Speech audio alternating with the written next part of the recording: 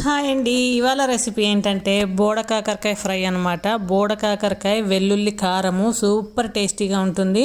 కాకరకాయ అంటే ఇష్టం లేని వాళ్ళు కూడా తింటారు, ఎందుకంటే దీంట్లో చేదు కూడా ఉండదు కాబట్టి చాలా చాలా బాగుంటుంది.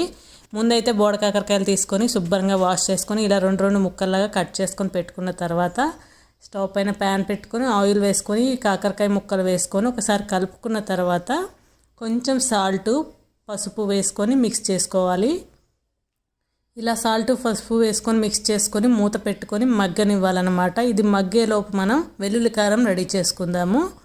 ఇప్పుడు ఒక మిక్సీ జార్ తీసుకొని వెల్లుల్లి రెబ్బలు, 2 చెంచాల కారం, అర చెంచా జీలకర్ర పొడి, 1.5 చెంచా ధనియాల పొడి వేసుకున్న తర్వాత మంచిగా గ్రైండ్ చేసుకోవాలి. గ్రైండ్ చేసుకున్న దాన్ని పక్కన పెట్టుకొని ఇప్పుడైతే మనం కాకరకాయలు ఎంతవరకు ఫ్రై అయినాయో చూద్దాము. ఇవైతే ఇంకొంచెం ఫ్రై అవ్వాలండి. మూత పెట్టుకొని మగ్గిన తర్వాత చూద్దాం. ఇప్పుడైతే చూసారు కదా, కరెక్ట్గా మనకి కుక్ అయిపోయినాయి. దీంట్లో కొంచెం కరివేపాకు వేసుకొని కలుపుకున్న తర్వాత మనం గ్రైండ్ చేసుకున్న వెల్లుల్లి కారం వేసుకొని కలుపుకోవాలి.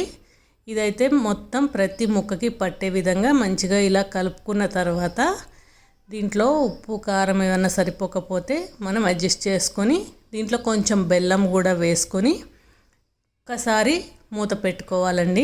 మూత పెట్టుకొని ఒక 1 మినిట్ తర్వాత మూత తీసి ఒకసారి మిక్స్ చేసి కొత్తిమీర వేసుకొని కలుపుకుంటే మన బోడ కాకరకాయ వెల్లుల్లి కారం రెడీ అయిపోయింది. చాలా అంటే చాలా బాగుంటుంది. తప్పకుండా ట్రై చేయండి ఒకసారి.